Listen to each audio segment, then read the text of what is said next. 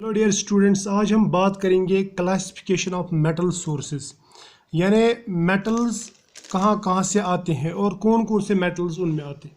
मैं इनको क्लासिफाई करूँगा इसके बेसिस पे, और इससे आपको बहुत सारी जो चीज़ें वो क्लियर हो जाएंगी और आपको आसान भी हो जाएगा मेटलर्जी। ठीक है, तो शुरुआत करते हैं यहाँ से। सबसे पहले लूँगा मैं ये जो मैंने ग्रीन कलर का बनाया है, इसमें आते हैं पूरे एल्कली मेटल्स और साथ में आता है ये अल्कलाइन अर्थ मेटल का बेरिलियम, पहला एलिमेंट।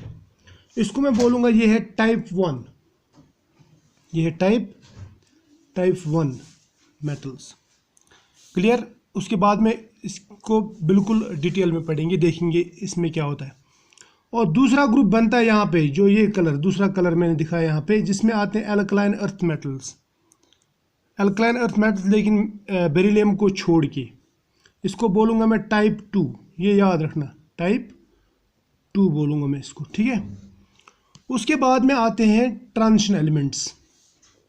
ठीक है, ट्रांजिशन एलिमेंट्स में मैंगनीज, ये जो पहले वाले आते हैं फर्स्ट हाफ, उनकी बात कर रहा हूँ मैं, वो ज़्यादातर।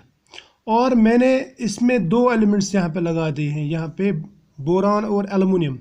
हालांकि यहाँ पे होने चाहिए थे, ये ग्रुप 13 एलिमेंट्स होने चाहिए थे, इन्हें गैलियम और इंडियम के ऊपर होने चाहिए थे, लेकिन मैंने इनको यहाँ से लेके यहाँ लाया है। ठीक है, तो ये बन जाती है और एक कैटेगरी एक, राइट, ये वाली जिनको ब्लैक कलर में मैंने रखा है। ठीक, ये आपको याद रखना, ये ट्रांजिशन एलिमेंट्स हैं।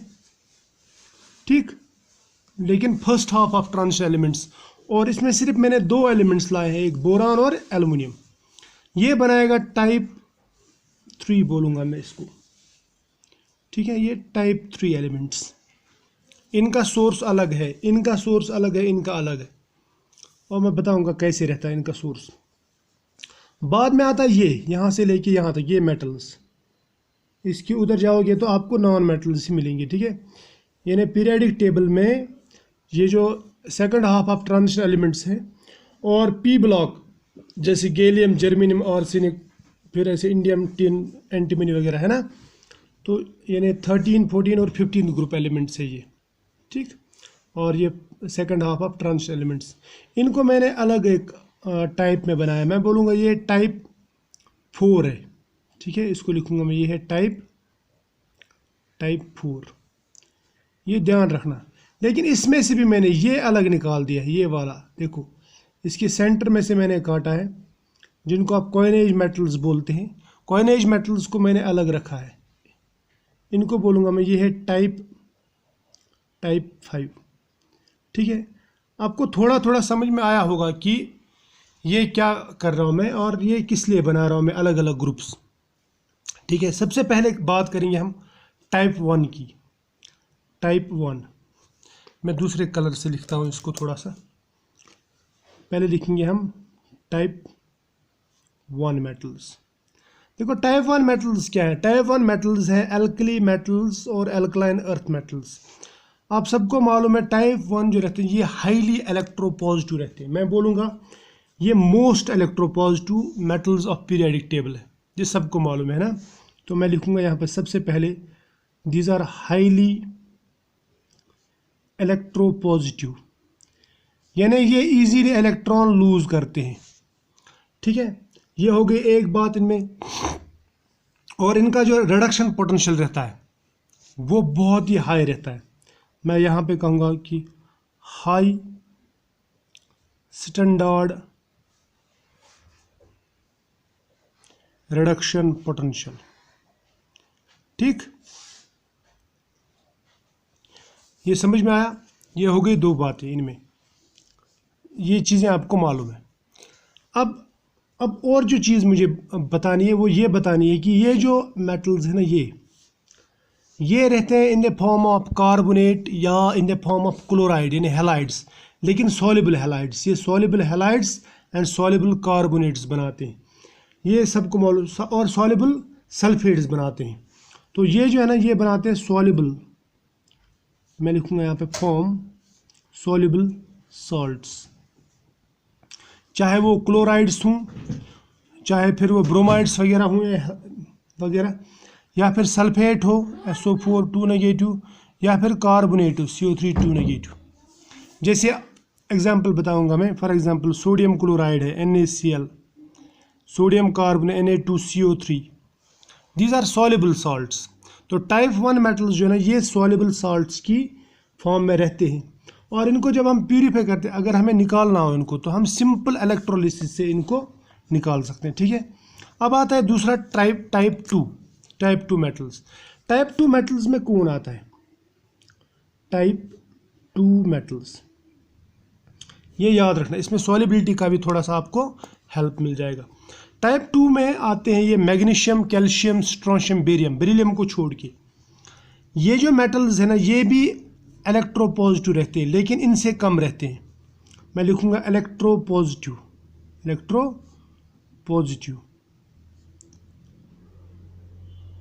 But less then alkali metals. ये आप सबको मालूम है ना, ये इलेक्ट्रोपॉजिटिव रहते हैं but less then alkali metals, clear. लेकिन हाईली इलेक्ट्रोपॉजिटिव रहते हैं, या मैं बोलूँगा टाइप 1 से ये थोड़े से कम इलेक्ट्रोपॉजिटिव रहते हैं, लेकिन इलेक्ट्रोपॉजिटिव रहते हैं, ठीक है। ये हो गया। अब क्वेश्चन ये बनता है कि इनकी क्या खासियत है। जैसे इनकी खासियत है, ये बनाते हैं सॉल्युबल सॉल्ट्स। इनकी खासियत ये है कि ये बनाते हैं insoluble salts of carbonate and sulphate. ये याद रखना हमेशा के लिए।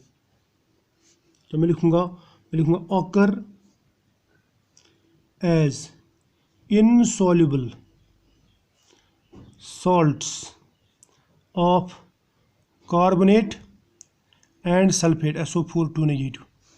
जैसे आपने सुना होगा calcium sulphate, strontium sulphate, barium sulphate, radium sulphate, या calcium carbonate, strontium carbonate, barium carbonate, ये सब इनसॉल्युबल सॉल्ट्स रहते हैं ना। इनमें लेकिन एक्सेप्शन है, एक्सेप्ट MgSO4, मैग्नीशियम सल्फेट जो ये सॉल्युबल है, ठीक है, ये थोड़ा सा सॉल्युबल है, क्लियर। इट इज सॉल्युबल, ठीक है। इसको मैं थोड़ा सा कलर मारता हूँ यहाँ पे ताकि ये आपको दिख जाए। मैग्नीशियम सल्फेट सॉल्युबल है। कैल्शियम कार्बोनेट आपने सुना होगा, वो स्पायरिंगली सॉल्युबल है ना। कैल्शियम कार्बोनेट देखा होगा आपने, चाक, ठीक है। ये हो गया यहाँ तक। अब और एक चीज़, ये दो ग्रुप्स जो मैंने बताया आपको, ये वाले दो ग्रुप्स, ये एक तो हाईली इलेक्ट्रोपॉजिटिव रहते हैं, ठीक है। और तो मैं ये कहूँगा कि जो टाइप 1 और टाइप 2 है, इनकी हाई इलेक्ट्रोपॉजिटिविटी की वजह से ये अगर आपको एक्सट्रैक्ट करने हो तो जनरली क्या होता है, जनरली टाइप 1 जो रहता है, टाइप 1 या एंड टाइप 2 एलिमेंट्स, ये याद रखना, these are extracted by electrolysis, ये याद रखना। इनको हम कैसे एक्सट्रैक्ट करते हैं, जनरली इलेक्ट्रोलिसिस से, ठीक है। यानी इनके थ्रू इलेक्ट्रिसिटी पास करते हैं और ये अलग हो जाते हैं, डिकम्पोज हो जाते हैं in their metals and anions, जो उनका एनायनिक पार्ट है, क्लियर। चलो ये हो गया यहाँ तक। अब हम लेंगे टाइप 3। टाइप 3 में कौन आता है? टाइप 3 में आता है ये देखो इसमें बोरॉन, एल्युमिनियम वगैरह, और first half of transition elements. इसमें ये दो एलिमेंट्स जो है ना, ये दो एलिमेंट्स, ये आपको लगेंगे कि ये दो जो है ना ये सिर्फ F ब्लॉक के हैं, बाकी जो भी ये D और P ब्लॉक और S ब्लॉक एलिमेंट्स हैं यहाँ पे, तो ये सभी D ब्लॉक एलिमेंट्स हैं। These elements are also electropositive, लेकिन इनकी इलेक्ट्रोपॉजिटिविटी टाइप 1 और टाइप से कम रहती है, ये आप सबको मालूम है। मेटल्स तो इलेक्ट्रोपॉजिटिव रहते ही है ना, लेकिन इनकी इलेक्ट्रोपॉजिटिविटी इनसे यानी एल्कली मेटल्स से और एल्कलाइन अर्थ मेटल्स से कम रहती है, समझ में आया। और अगर आप इनको देखोगे ना, ये ज़्यादातर ऑक्साइड फॉर्म में रहते हैं, ये याद रखना है, ये रहते हैं ज़्यादातर ऑक्साइड फॉर्म में। अब मैं ये नीचे लिखने जा रहा हूँ तो वहाँ पे आपको टेबल नहीं दिखेगा, इसलिए मैं बता रहा हूँ आपको। ये जो है ना ये सॉल्युबल क्लोराइड्स, कार्बोनेट्स और सल्फेट्स की फॉर्म में रहते हैं। ये वाले रहते हैं इनसॉल्युबल कार्बोनेट और इनसॉल्युबल सल्फेट की फॉर्म में, ये वाले रहते हैं, ये जो टाइप 3 बता रहा हूँ मैं, ये रहते हैं in the form of oxides. समझ में आया? और इनको हम रिडक्शन मेथड से प्यूरिफाई करते हैं, राइट। अब रह गया ये वाला ग्रुप, ये जो पिंक कलर का मैंने बनाया यहाँ पे, ये रहते हैं generally in the form of sulphides. समझ में आया ना? ये रहते हैं in the form of sulphides. और कुछ एलिमेंट्स जैसे ये रहेगा आयरन वगैरह, वो रह सकता है इन द फॉर्म ऑफ ऑक्साइड्स, ठीक है। यानी कुछ ऑक्साइड्स के फॉर्म में रहते हैं, वरना जनरली किस फॉर्म में रहते हैं? ये सल्फाइड्स के फॉर्म में। ये बहुत ही अच्छी बात है ना आप लोगों के लिए। ये रहते हैं क्लोराइड, सल्फेट और कार्बोनेट की फॉर्म में और सॉल्युबल फॉर्म में रहते हैं। ये इनसॉल्युबल सल्फेट और कार्बोनेट की फॉर्म में रहते हैं। ये रहते हैं ऑक्साइड्स की फॉर्म में। और ये वाले जो है, ये वाले रहते हैं सल्फाइड की फॉर्म में। क्लियर? यानी अगर आपको मिनरल इनका देखना होगा तो सल्फाइड मिनरल्स रहते हैं। और ये वाले जो है, ये इनर्ट रहते हैं और इन द फॉर्म ऑफ किसी फॉर्म में नहीं रहते, ये नेटिव फॉर्म में रहते हैं। नेटिव फॉर्म मतलब मेटेलिक फॉर्म में रहते हैं। समझ में है ना? ये वाले, ये जो बीच में मैंने बनाया यहाँ पे जजीरा, ये रहते हैं मेटेलिक फॉर्म में। अब हम इनको आगे लिखेंगे, देखो। अब टाइप 3 की बात करते हैं। टाइप 3 में बोरान, एल्युमिनियम और first half of transition elements रहते हैं, ठीक है। और मैंने अभी आपको बताया कि ये जो एलिमेंट्स रहते हैं, ये भी इलेक्ट्रो पॉजिटिव रहते हैं। So these are electropositive, क्योंकि मेटल्स हैं, but less than type 1 and 2। Type 1 और 2 से कम ही इलेक्ट्रो पॉजिटिव रहते हैं। समझ में है ना? और ये कौन सी फॉर्म में रहते हैं? Mostly in mixed oxides or oxide form. Mostly लिखूंगा मैं, ऑकर एज ऑक्साइड्स। जैसे एल्युमिनियम ऑक्साइड है, टाइटेनियम ऑक्साइड है ना, एग्जांपल्स बताऊंगा। और मिक्सड ऑक्साइड्स, ठीक। ये समझ में आया? शाबाश। चलो मैं आपको एग्जांपल देता हूँ। जैसे Al2O3 है, अगर वाटर में ला देंगे तो बक्साइट है ना, या इस तरह से TiO2 एक्स्ट्रा, या स्कैंडियम ऑक्साइड, तो ये ऑक्साइड फॉर्म में रहते हैं। और इनको अगर आप प्यूरिफाई करना चाहते हैं तो, या एक्सट्रैक्ट करना चाहते हैं, तो हम कैसे एक्सट्रैक्ट करते हैं? हम ये ऑक्साइड निकालते हैं, उसको बाद में रिड्यूस करते हैं, मेटेलिक फॉर्म में रिड्यूस करते हैं। तो मैं लिखूँगा एक्सट्रैक्टेड बाय, कौन से मेथड से हम एक्सट्रैक्ट करते हैं? मैं लिखूँगा यहाँ पे केमिकल रिडक्शन। ये हम आगे पढ़ेंगे आराम से, विस्तार से, कि केमिकल रिडक्शन क्या रहता है। बाय आइदर कार्बन और कार्बन मोनोऑक्साइड, ठीक है, एंड अदर रिएक्टिव मेटल्स यानी मोर रिएक्टिव मेटल्स। लेकिन एल्युमिनियम जो है वो हम करते हैं प्यूरिफाई या एक्सट्रैक्ट करते हैं बाय इलेक्ट्रोलिसिस, ठीक है। फॉर एग्जांपल एल्युमिनियम कैसे करते हैं हम? प्यूरिफाई या एक्सट्रैक्ट इलेक्ट्रोलिसिस से। ये हो गया टाइप 3। अब हमारे पास में रह गया टाइप 4। टाइप 4 में कौन कौन आता है? अभी मैंने दिखाया था आपको, ये ग्रुप, ये वाला, ये आपको समझ में आया तो सब ठीक। इसमें आयरन, कोबाल्ट, निकल, कॉपर, जिंक वगैरह है ना, यानी second half of transition elements. और ये पी ब्लॉक के कुछ एलिमेंट्स, ठीक, क्लियर।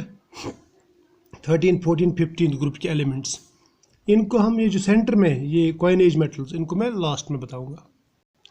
अब हम देखते हैं टाइप 4। टाइप 4 जो है ये वीकर मेटल्स बोलते हैं इनको। टाइप 4 में second half of transition elements आता है और कुछ पी ब्लॉक जैसे ग्रुप 13, 14 और 15 के मेटल्स आते हैं, ठीक है। ये मेटल्स मैंने आपको पहले बताया, ये वीकर मेटल्स हैं और इनकी जो सोर्सेज है वो सल्फाइड्स है, यानी ज़्यादातर एज सल्फाइड्स पाए जाते हैं, ठीक है। तो इनका सल्फाइड और बनाते हैं ज़मीन में। तो इनका सोर्स जो है, सोर्स वो सल्फाइड्स है। जैसे लेड का लेड सल्फाइड है, PbS गैलिना जिसको आप बोलते हैं, सिल्वर सल्फाइड है अर्जेंटाइट, और इस तरह से ये कॉपर सल्फाइड है, या कुछ का रेयरली रहता है, रेयरली कुछ का ऑक्साइड्स, यानी मैं बोलूँगा लेस फ्रीक्वेंटली एज ऑक्साइड्स। इसी तरह से जिंक का जिंक ब्लेंड या मोटिजाइट रहता है। जिंक ब्लेंड क्या रहता है, जिंक सल्फाइड, लेकिन जिंक कार्बोनेट की फॉर्म में भी पाया जाता है। क्लियर। तो ये हो गया टाइप 4। अब आते हैं टाइप 5। इनको बोलते हैं लीस्ट रिएक्टिव मेटल्स, यानी वीकेस्ट मेटल्स बोलते हैं इनको, क्योंकि ये ज़्यादा इलेक्ट्रोपॉजिटिव नहीं रहते हैं, यानी ये इलेक्ट्रॉन लूज जल्दी नहीं करते हैं, ये लेस रिएक्टिव रहते हैं। और इनमें आते हैं ये मेटल्स जैसे रुडीनियम है, रोडियम, प्लेडियम, इनको प्रेशियस मेटल्स बोलते हैं क्योंकि ये कीमती रहते हैं, इनकी ज्वेलरी बनाई जाती है। समझ में आया ना, ये बहुत कॉस्टली है और लेस रिएक्टिव है। ठीक है, क्लियर है। तो इस तरह से गोल्ड वगैरह में इनको बोलते हैं प्रेशियस मेटल्स। ये जो है ना, ये मेटल्स ये एज मेटल्स ही पाए जाते हैं, यानी ये अपने मेटेलिक फॉर्म में ही ज़मीन में भी पाए जाते हैं, जिसको बोलते हैं नेटिव फॉर्म, यानी मेटेलिक फॉर्म। क्लियर। तो आई होप आपको ये सोर्सेज समझ में आया होगा कि इन डिफरेंट मेटल्स के सोर्सेज कौन से, यानी ये आते कहाँ से, किस फॉर्म में आते हैं, किस फॉर्म में ज़मीन में पाए जाते हैं या कहीं पे पाए जाते हैं। क्लियर। तो ये आपको बहुत ही अच्छा आइडिया देगा और इसका आपको फ़ायदा भी हो जाएगा आगे। ठीक है। तो ये होने के बाद में मैं आपको बताऊंगा कि मेटलर्जी एक्चुअली क्या है और उसमें क्या क्या स्टेप्स हम यूज़ करते हैं। ठीक है। तो आज इतना ही, नेक्स्ट लेक्चर में मिलेंगे हम विद मेटलर्जी।